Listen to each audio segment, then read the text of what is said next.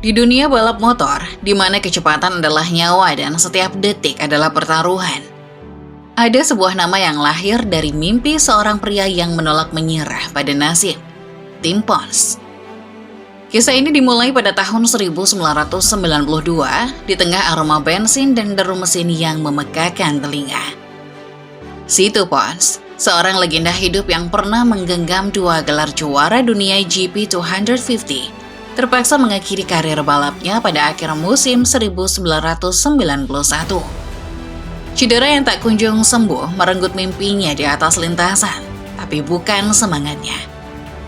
Dengan tangan gemetar namun hati penuh tekad, ia mendirikan Pons Racing, sebuah tim yang akan menjadi saksi bisu perjalanan panjang dari kejayaan gemilang hingga bayang-bayang kegagalan yang menghantui.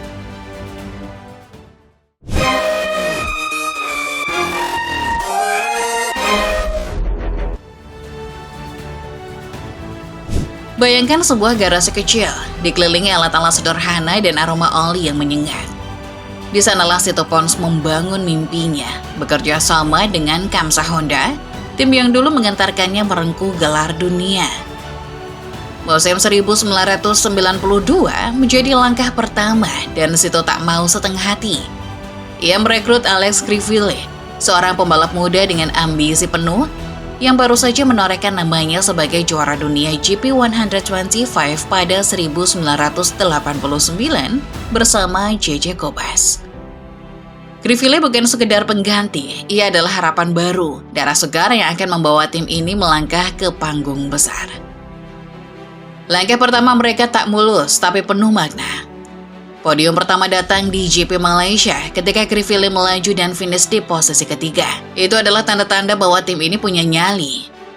Lalu di GP Belanda 1992, keajaiban terjadi.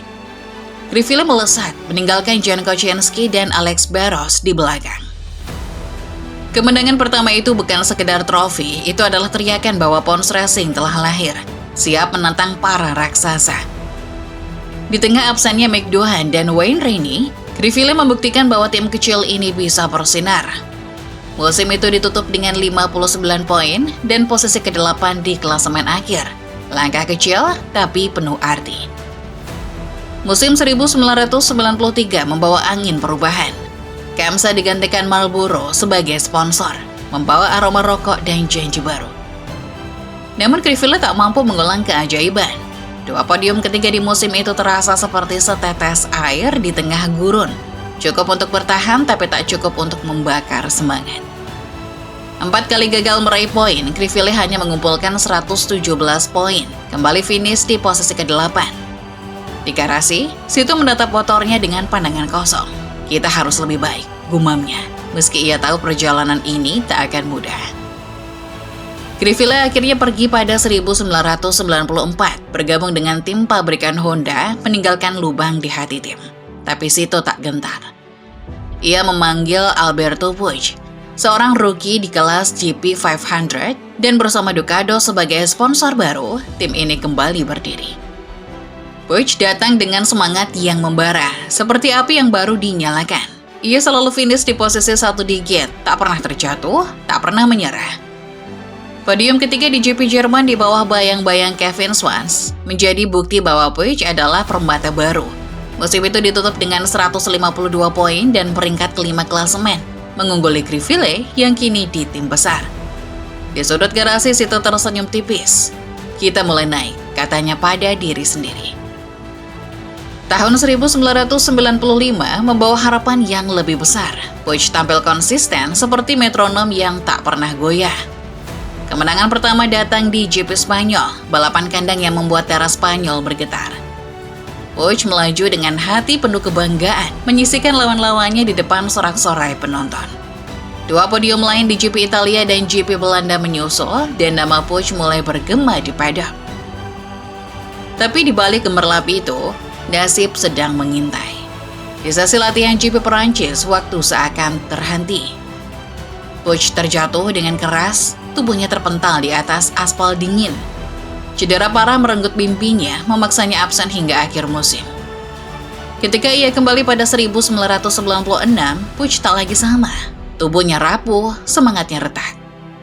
Sito menatapnya dari kejauhan, matanya basah.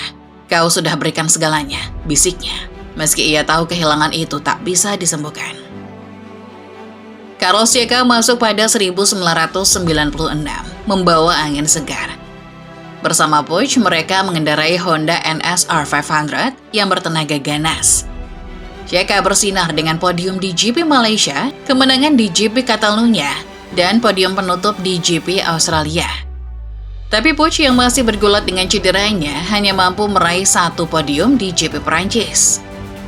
Musim itu berjalan berat, Puig sering finish di posisi 2 dikit, dan keputusannya untuk absen di GP Australia demi pemulihan terasa seperti pengakuan kalah.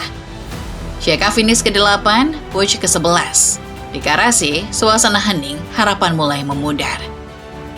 Musim 1997 dengan sponsor Movistar malah lebih buruk. Checa dan Puig terseok-seok. Checa meraih 3 podium tapi gagal finish di 6 balapan. Sementara Puig tak sekalipun naik podium dan 3 kali gagal finish. Peringkat ke-8 dan ke-12 di klasemen akhir terasa seperti tamparan. Sito duduk di sudut menatap langit. Apa yang salah? Tanyanya pada dirinya sendiri. Tapi jawaban tak kunjung datang. Puig pergi pada 1998 dan John Kaczynski, sang juara WSBK, masuk bersama Checa. Checa kembali bersinar, merebut kemenangan di GP Madrid dan 2 podium lain. Finish ke-4 klasemen, hanya 1 poin di atas Alex Barros. Tapi Kaczynski tenggelam dalam musim buruk, hanya mencapai posisi ke-4 di GP Prancis sebagai hasil terbaik. Peringkat ke-12 menjadi noda di tahun itu. Lalu, 1999 membawa Alex Barros dan Juan Borja. Barros yang turun dari GP 250 hanya mampu meraih 1 podium di GP Imola. Sementara Borja tak lebih baik dari 2 kali finish ke-5. Musim itu biasa saja, tapi tahun 2000 menjadi titik balik. Loris Capirossi bergabung dengan Barros di bawah sponsor Emerson, dan duet ini seperti petir di langit cerah. Barros berebut 2 kemenangan dan 1 podium. Finish ke-4 klasemen hanya 7 poin di belakang Mas Biaggi. Capirossi menambah 1 kemenangan dan 3 podium, duduk di peringkat ke-7. Di paddock, nama Pons Racing mulai ditakuti. Musim 2001 dengan sponsor West adalah puncak kejayaan. Capirossi dan Barros mendominasi. Capirossi tak menang, tapi 9 podium. 5 di posisi ketiga, 4 di posisi kedua, dan beberapa pole position membawanya ke peringkat ketiga klasemen dengan 210 poin. Barros dengan 1 kemenangan, finish tepat di bawahnya. 2 pembalap di 4 besar, itu adalah mimpi yang jadi nyata. Sito berdiri di garasi, matanya berkaca-kaca. Ini yang kita perjuangkan, katanya, suaranya penuh kebanggaan. Musim 2002 adalah tahun peralihan dari GP 500 ke MotoGP. Pons Racing memulai dengan NSR 500 spek pabrikan, mesin terakhir dari era lama. Barros akhirnya beralih dari RC211V di 4 balapan terakhir, memenangkan 2 di antaranya. Sementara Capirossi yang cedera di Asen digantikan Alex Hoffman di 2 balapan. Meski hanya pakai NSR 500, Capirossi menarik perhatian Ducati untuk musim berikutnya. Sementara Barros pindah ke Yamaha Tech 3, era keemasan itu mulai memudar. Max Biaggi masuk pada 2003, membawa ekspektasi tinggi. Dengan dukungan Pramac dan sponsor Camel, ia memenangkan 2 balapan di 2003 dan 1 di 2004 bersama Toru Ukawa dan Makoto Tamada. Tapi Biaggi tak mampu bersaing dengan Rossi dan Gibernau, dan kerjasama dengan Pramac berakhir pada 2004. Ia pindah ke Repsol Honda, Tamada ke tim lain, dan Pons Racing kembali ke titik nol. Pada 2005, Barros kembali bersama Troy Bayliss. Barros mencuri kemenangan di musim yang didominasi Rossi. Tapi Bayliss sering jatuh dan cedera. Ketika Camel hengkang ke Yamaha, tim ini kehilangan pijakan finansial. Setelah musim itu, Sito kembali mengambil keputusan berat. Pons Racing pamit dari MotoGP. Di garasi yang kini sepi, ia menatap motor terakhirnya. Kita pernah besar, gumamnya. Suaranya tenggelam dalam hening. Setelah hiatus panjang, Pons Racing kembali pada 2009 sebagai PP World Team di kelas menengah. Dengan Hector Barbera dan Axel Pons.